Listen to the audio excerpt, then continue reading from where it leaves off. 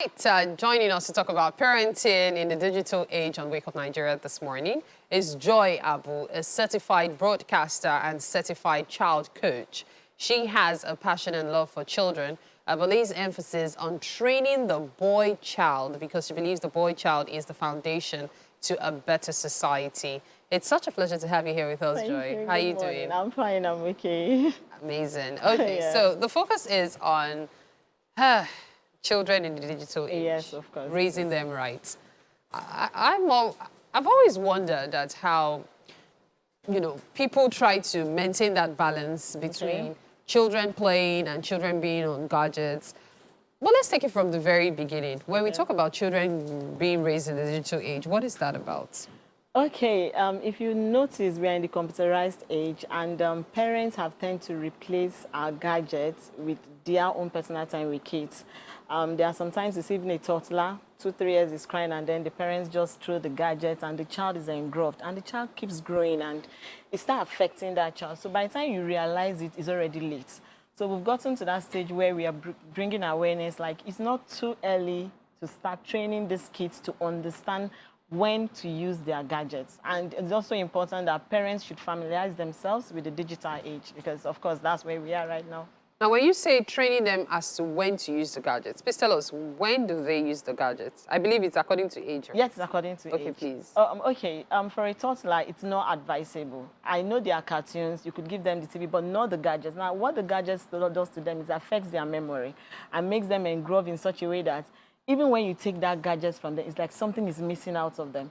So once you have a toddler, it's important to let them play with the normal toys. Take the gadgets away from them. Now, when they get to that age where they need to do basic assignments, of course, you have like the nursery schools, there are times where they have to give them assignment. Then you do that with them.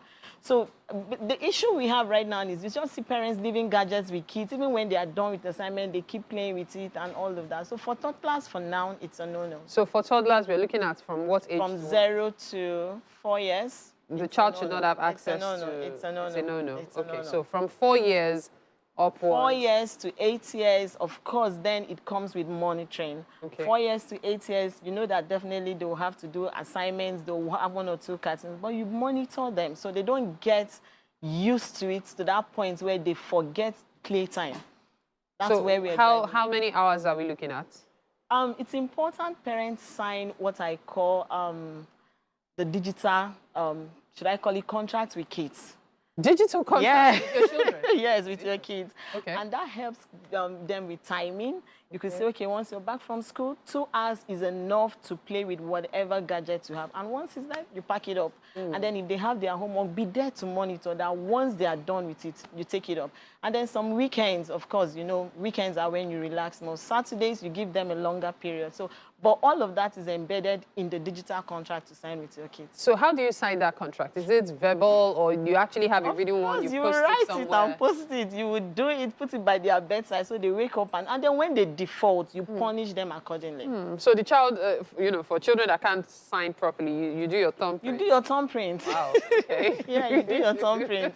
It's very important. That way it guides them into the future, into teenage, and then they know that, okay, I grew up with a digital content. And then it saves them a whole lot of what is happening in the cyberspace. Because sometimes the child is holding the gadget and something pops up.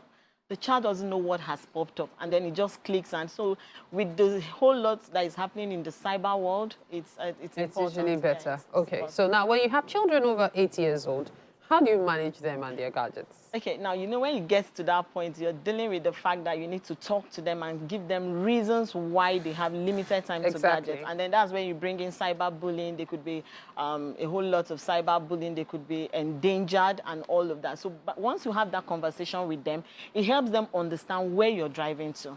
So they see it like, okay, mommy is protecting us or daddy's protecting, not that mommy is just trying to be mommy. And then when you put parental guides to your gadgets, do it considering the kids also. And we know that these days, some kids are smarter than their parents. I was going to get to that, but I wanted you to finish. So when you're doing that, also do it and understand. You as a parent, you need to understand the digital age. You need to be in trend with what is happening at the digital age. I know somebody who told me that a 6-year-old already knows the code for parental control, and they found out accidentally. Apparently, when the parents want to use the gadgets, they simply take out the code. So the child had been studying it. They just noticed that one day, the child left the gadget and forgot to put the code back. And so they picked it up and like, were you the one that unlocked this thing for? No, what was it? By the time the child was sat down for a conversation, it turned out that the child had been using that code for almost a year. Now imagine. Watching everything he wanted to watch without any inhibition. Now, the parents actually thought they had put the code. Control. Not knowing that. Now, it's for you to study the kind of kids you have. And that's why I talk about conversation. Before you put parental code, make them understand that this is the reason why these codes are in place. It's not to restrict you, it's not to deny you access, but there are certain contents that are not for you at this stage. So once you have that conversation, now imagine that child for over a year. The child has been watching literally everything. Now, if they didn't discover and that child grows much, you know what can happen to just so. However, there's also something I observed YouTube does, for example. Okay.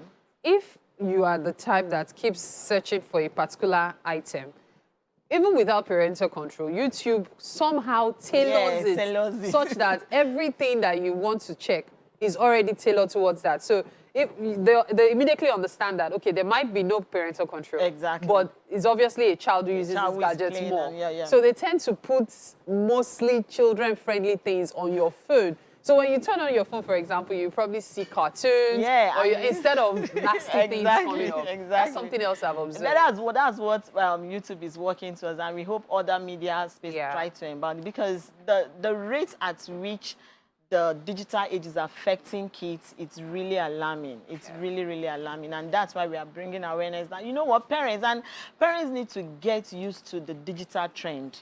Most parents get phones and, you know, they don't know anything about it. They give their, no, you study your phone, study your gadget. Even when you buy a gadget for a child, make sure you study the manual, go through it before you hand it over to that child. So for children who are already addicted, how can parents manage the situation?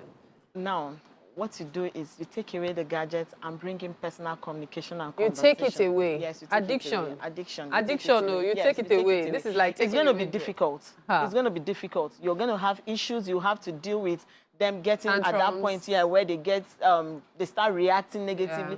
But continuous conversation. And then that's what I brought back to the digital contract. It takes them back. If I'm going to give you this gadget again, you're going to sign this and you're sticking to this. So that way, you're giving it back to them with conditions. They know that once the default, you're going back. So they wouldn't want to default because it's what they are used to. So the digital contract comes in. It's very important. It's very important. It comes in. It's you very have important. To sign you it have and to be ready to deal with the consequences. Be ready to do it. And it helps them to be responsible. It helps them to keep that at the back of their mind. You know, just the way you have your rules and then you write it out and then a child wakes up and reads, do that with your digital contract. Sign it and know that, okay, there is time for everything. And then that way to help. Time management also. Very important. Awesome, awesome. Thank you so much indeed for your time, Joabu. It's been quite an interesting conversation. Thank you. And thank you as well for watching. At this point, we have to join MM in the kitchen to know what she and Chef Ariola have been up.